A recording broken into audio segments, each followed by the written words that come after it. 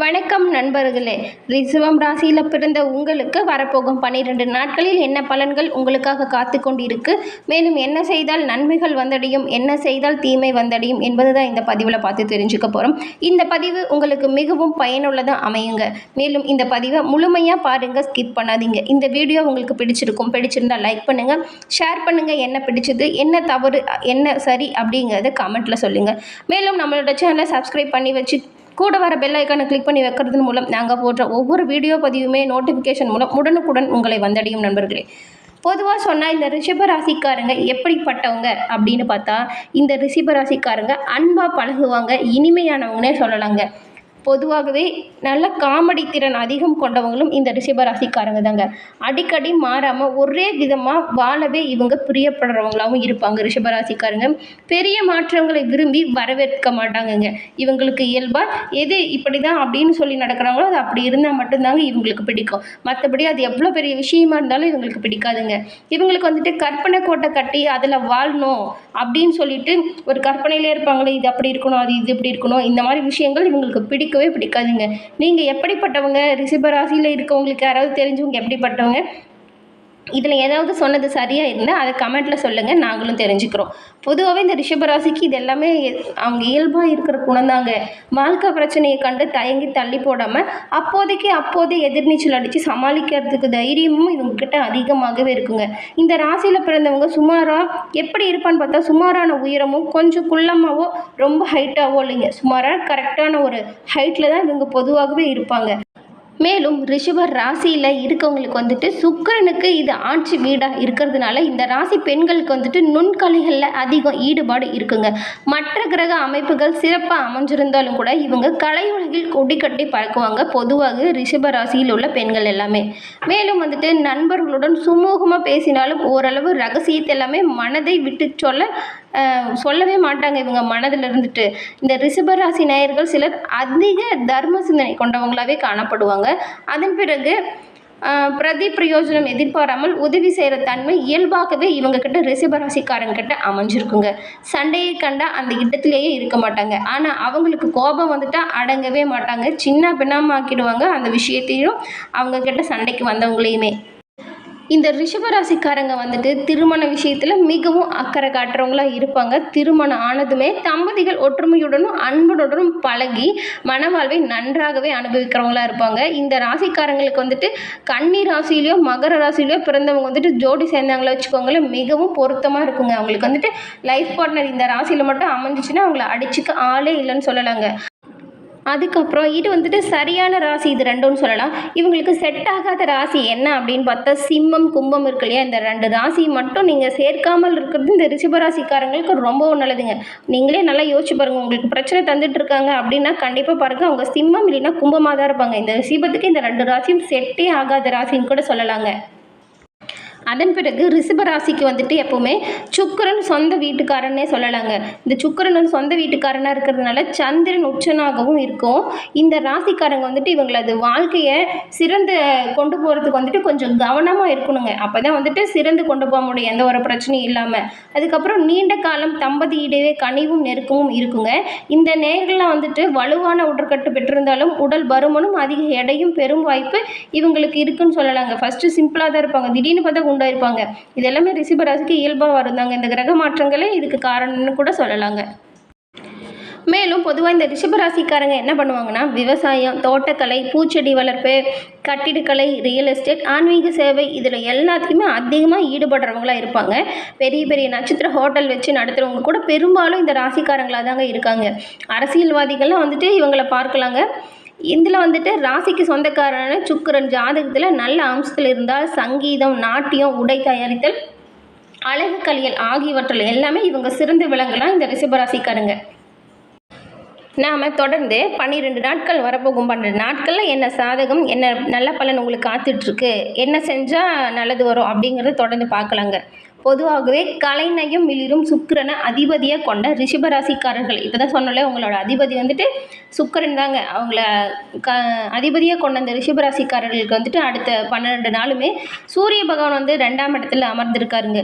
இவர் இங்கே இருக்கிறதுனால உங்களது பிள்ளைகளின் முன்னேற்றத்திற்கு ஏதுவாக அவர்கள் விருப்பப்பட்ட கல்லூரியில் சேர்த்து விடுங்க. கண்டிப்பாக அவங்க நல்லா படிப்பாங்க. சந்திரனின் இடப்பெயர்ச்சியால் வியாபாரத்தில் நல்ல முன்னேற்றம் உங்களுக்கு உண்டாகுங்க. நீங்கள் எடுத்து செய்யும் எந்த தொழிலுமே சிறப்பாக இருக்கும்.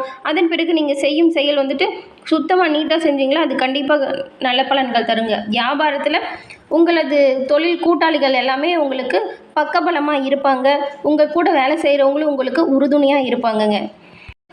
சந்திரனின் இடப்பெயர்ச்சியால் உங்கள் வியாபாரம் தொழில் இது எல்லாமே சிறந்து முன்னேற்றமாக தாங்க இருக்குது. அதன் பிறகு உடல்நிலையில் சிறு சிறு பிரச்சனைகள் ஏற்பட்டு நீங்கும். பயப்படாதீங்க. சிறு சிறு மாத்திரை மருந்து செலவு வந்து போகும். நீங்கள் கொஞ்சம் ஜாக்கிரதையாக இருக்கணும் எந்த ஒரு விஷயத்துலையுமே. அது உணவு கட்டுப்பாடெல்லாம் நீங்கள் முறையாக எடுத்துகிட்டு வந்தீங்கன்னா இந்த மாதிரி விஷயங்களை ஈஸியாக தவிர்த்துடலாங்க. அதன் பிறகு உடல்நிலையில் இந்த நீங்கள் கொஞ்சம் கவனமாக தாங்க இருக்கணும். செவ்வாய் வந்துட்டு 12ஆம் இடத்துல அமர்ந்திருக்காரு. இவர் இங்கே இருக்கிறதுனால வெளியூர் பயணங்களில் அவ்வளவு பலன் உங்களுக்கு இல்லைங்க. ஒரு சின்ன வேலை தான் நான் போயிட்டு வந்துடுறேன் அப்படின்னு போனால் கூட அந்த வேலை நடக்காது அப்படி கூட சொல்லலாங்க. சின்ன சின்ன வேலைக்காக நீங்கள் ரொம்ப அலைய தேவையில்லை அப்படின்னு சொல்லலாங்க. அதனால் வந்துட்டு இருக்கிற இடத்துல என்ன வாய்ப்பு நல்ல வாய்ப்போ கிடைக்குதோ அதை பயன்படுத்திக்கோங்க. அவ்வளோ சிரமப்பட்டு சென்றாலும் பலன் இல்லை அப்படிங்கிறது தாங்க இந்த செவ்வாய் 12ஆம் இடத்துல இருக்கிறதுனால. அதன் பிறகு புதன் என்ன பண்ணுறாரு அப்படின்னு பார்த்தா உங்களுக்கு ராசிலேருந்து 2ஆம் இடத்துல ஆட்சி செய்கிறாருங்க. இவர் இங்கே இருக்கிறதுனால உங்கள் வீட்டில் வந்துட்டு மங்களகரமான காரியங்கள் எல்லாமே நடக்குங்க. குழந்தை பிறக்குங்க. அப்புறம் ஏதாவது குழந்தைக்கு பேர் வைக்கிற நிகழ்ச்சி கூட நடக்கும். அதாவது உங்களுக்கு பெண் குழந்தை இருந்துச்சுன்னா அந்த பெரிய பொண்ணு ஏஜ் அட்டன் பண்ணுற விஷயம் நல்ல விஷயம் கூட நடக்குங்க. சுப காரியம் உங்கள் வீட்டில் நடக்கும். சொல்லப்போனால் எந்த ஒரு காரியமும் இருந்தாலும் சரி சுப காரியம் கண்டிப்பாக நடக்குங்க. இந்த புதன் 2ஆம் வீட்டில் இருந்தாவே இந்த ஒரு நல்ல பலன் வந்து எல்லாருக்குமே கிடைக்குங்க. வீட்டில் மங்களகரமான காரியம் நடக்கும்னா புதன் 2ஆம் வீட்டில் இருந்தால் கண்டிப்பாக நடக்கணும். அதன் பிறகு பிரிந்து போன உறவுகள் ஒன்று சேருங்க. கண்டிப்பாக ஏதாவது சுப நிகழ்ச்சிகள் செஞ்சாவே இந்த நல்ல விஷயங்கள் எல்லாமே இந்த புதன் கொடுப்பாருங்க நமக்கு. அதன் பிறகு குரு ஃபஸ்ட் இடத்துல இருக்கார். இவர் இங்கே இருக்கிறதுனால பணவரவு உங்களுக்கு தாராளமாக இருக்குங்க. குரு வந்துட்டு அள்ளி கொடுக்குறவருங்க. அதனால தாங்க பசங்களுக்கு வந்து நல்ல கல்வியும் அமைய போது உங்களுக்கு பண வரவுமே தட்டுப்பாடு இல்லாமலே வந்து சேரும். அதனால் வந்துட்டு நீங்கள் சேமிக்கணும் அப்படிங்கிற எண்ணம் கொண்டவங்களா இருந்தீங்களா கண்டிப்பாக இந்த சூழ்நிலையை பயன்படுத்தி நீங்கள் சேமிக்க தொடலாங்க. ஏன்னா எல்லா நாளுமே இப்படியே இருக்கும்னு சொல்ல முடியாது இல்லையா. ஏற்றத்தாழ்வுங்கிறது வந்து தான் போகும். நமக்கு சேமிக்க ஒரு வாய்ப்பு வருதுன்னு வச்சுக்கோங்களேன். அதை கண்டிப்பாக பயன்படுத்திக்கிட்டோமா பிற்காலத்தில் இப்போ காசு இல்லை அப்படிங்கிற சமயத்தில் நம்ம சேமிப்பு நமக்கு உதவும் இல்லையா. அதனால் காசு நிறையா வரும்போது சேமிக்க தொடங்கிடுங்க. மேலும் தொழில்துறை உங்களுக்கு எப்படி இருக்கும் அப்படின்னு பார்த்தா வந்துட்டு தொழில்துறையில் இருக்கிறவங்க எதிர்பார்த்ததை விட அதிக லாபம் எதிர்பார்க்கலாங்க. மேலும் நீங்கள் எந்த ஒரு செயல் செஞ்சாலும் அது லாபம் தாங்க. அதனால் வேலையை சிறந்து செய்யுங்க. சுத்தமாக செய்யுங்க. வந்துட்டு லாபம் அதிகரிக்கிறதுக்கு வந்துட்டு நல்ல வாய்ப்புகள் உங்களுக்கு இருக்குது. அதை பயன்படுத்திக்கோங்க. அதன் பிறகு சுக்கிரன் 2ஆம் வீட்டில் இருக்கிறதுனால மனம் விட்டு பேசி பெண்களின் மனதை நீங்கள் கொள்ளை கொள்ளலானே சொல்லலாங்க. காதல் விவகாரம் எல்லாம் கூடிய சீக்கிரமே பழிக்குங்க. அது வந்து திருமண பேச்சாக மாற்றி நீங்கள் சுப காரியங்கள் எல்லாமே செஞ்சு முடிக்கலாங்க இந்த காலகட்டத்தில். அதன் பிறகு தங்க நகைகள் வாங்கவும் உங்களுக்கு வாய்ப்பு காத்து கொண்டு இருக்குன்னே சொல்லலாங்க. பணம் நமக்கு தொழில் நல்லா நடந்தாவே நம்ம வாழ்க்கை சிறப்பாக இருக்கும் இல்லையா. அதில் தாங்க இது எல்லாமே. மேலும் வந்துட்டு சனி 10ஆம் இடத்துல இருக்காருங்க. இவர் இங்கே இருக்கிறதுனால தனியார் துறை ஊழியர்கள் எல்லாமே ரொம்பவும் கவனமாக வேலை செய்யணுங்க. ஏதாவது ஒப்பந்தத்தெல்லாம் கையெழுத்து போடணும்னா படித்து பார்த்துட்டு கையெழுத்து போடுங்க.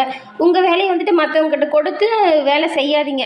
அந்த மாதிரி பண்ணிங்கன்னு வச்சுக்கோங்களேன். அவங்க ஏதாவது தப்பு பண்ணால் கூட அது உங்கள் வேலையே பாதிக்கிற நிலமை இருக்குது. அதனால் நீங்கள் ரொம்பவும் கவனமாக தாங்க இருக்கணும். நிலம் சம்மந்தப்பட்ட வழக்குகள்லாம் சந்திக்க நேரிடலாம்.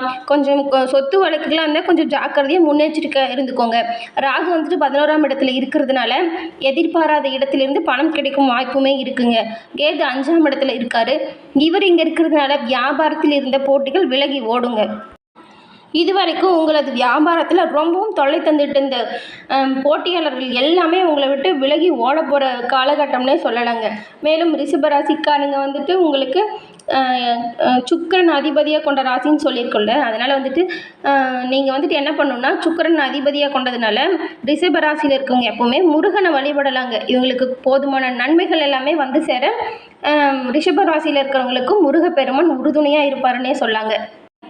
ஓகே ஃப்ரெண்ட்ஸ், நம்ம இந்த பதிவில் என்ன பார்த்தோன்னா, இது வரைக்கும் பிள்ளைகளின் முன்னேற்றத்துக்கு நல்ல கல்லூரியில் சேர்த்துடணும்னு சொல்லியிருக்கோம். சந்திரன் இடப்பெயர்ச்சி வந்து உங்களுக்கு வியாபாரத்தில் நல்ல முன்னேற்றம் கொடுக்கும்னு பார்த்துருக்கோம். வீட்டில் மங்கள காரியம் நடக்கும். பிரிஞ்சு போன உறவினர்கள் எல்லாம் ஒன்று சேர வாய்ப்பு இருக்குது. மனம் விட்டு பேசினா எல்லா பிரச்சனையும் போகும்.